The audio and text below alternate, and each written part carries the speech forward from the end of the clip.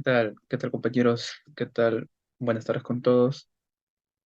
Eh, bueno, en esta oportunidad eh, hablaremos sobre eh, un tema muy importante sobre la reforma agraria de Velasco Alvarado.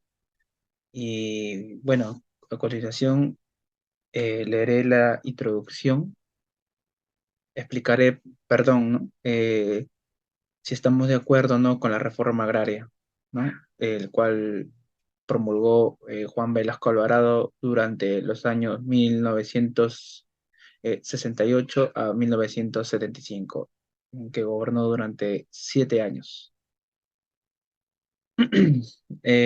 Bueno, en el siglo XIX, Fernando Belaúnde Terry, que había sido presidente durante los años 1963 a 1968, prometió grandes cambios hacia la población y la clase media. Una de ellas fue la reforma agraria y resolver el problema del petróleo que se encontraba a mano de empresas transnacionales. Es así en el Congreso que Belaúnde no tuvo mayoría de votos. La alianza APRA 1 y la Unión Nacional Odriguista bloquearon todos los intentos de reforma que pretendía el gobierno y quedaron recortadas. En 1968, ante las supuestas incapacidades de los civiles de realizar la reforma en democracia y defender riquezas naturales, los militares decidieron tomar el poder con un golpe de Estado al mando del general Juan Velasco Alvarado. Los militares apuntaron hacia la reforma agraria. Su objetivo es repartir las tierras de manera justa hacia los campesinos y evitar levantamientos campesinos que sintonizaran con guerrillas marxistas. La reforma agraria fue muy compleja y controvertida. Es así, a quien pregunta, ¿crees que ante esta la situación se encontraba el país, se debió promulgar la reforma agraria? A mi parecer y a mis compañeros, sí estamos de acuerdo con la reforma agraria porque si no, Sendero Luminoso realizaría una revolución y perjudicaría al país. A continuación, explicaré mi postura. Le daré pase a mi siguiente compañero. Gracias. En un contexto social, la reforma agraria fue un aspecto muy positivo. Dicha reforma significó que las tierras de los comunales o hacendados pasen a manos de los campesinos. Pues en un principio, cuando Juan Velasco Alvarado da la reforma agraria, todos los campesinos fueron a recuperar sus tierras.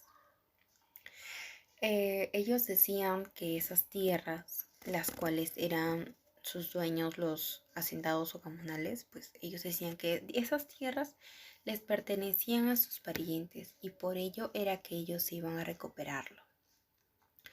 Cuando los hacendados se enteran de la reforma agraria, les entra el pánico y empiezan a huir con su familia en las noches, dejando sus tierras.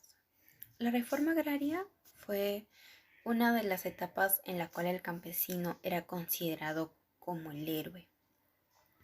Pues mucho antes de la reforma agraria, muchos niños comenzaron a morir y esto se debe porque en ese entonces los hacendados, quienes eran los jefes, no les permitían a los indios ganar un salario.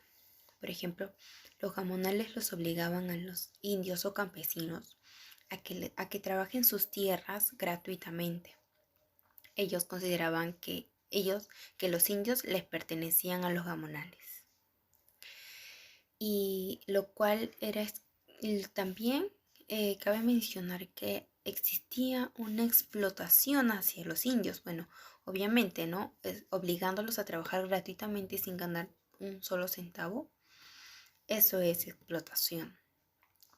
Ahora, con la reforma agraria se dijo que eso cambiaría porque a partir de ese entonces las personas que trabajen para otras personas tenían que ser remuneradas. Gracias a la reforma de Juan Velasco Alvarado, se deja de lado la explotación del indio y se le da un reconocimiento en el Perú a todos los campesinos o indios. Ahora, ¿Cómo era la relación entre la reforma agraria y Sendero Luminoso?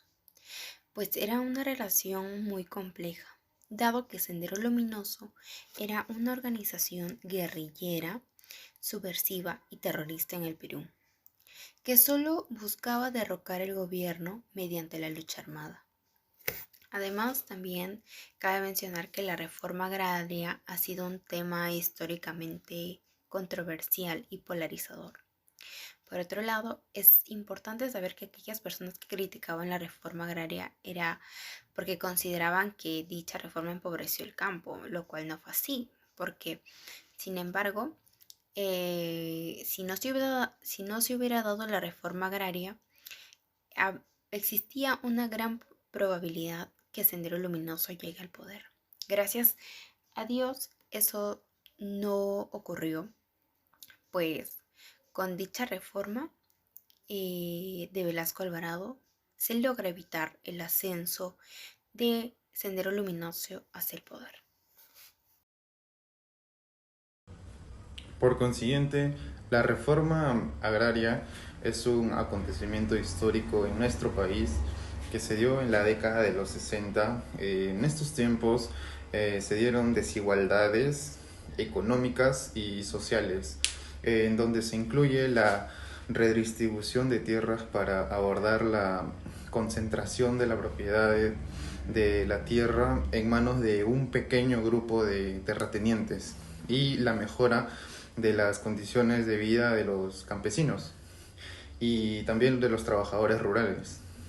Con todos estos aspectos mencionados, claramente hubo una necesidad hacia esta reforma y es por eso que en todo momento se mantuvo la postura de estar en contra del partido de Sendero Luminoso y se consideró muy esencial abordar las desigualdades en el país por causa de este partido ya mencionado.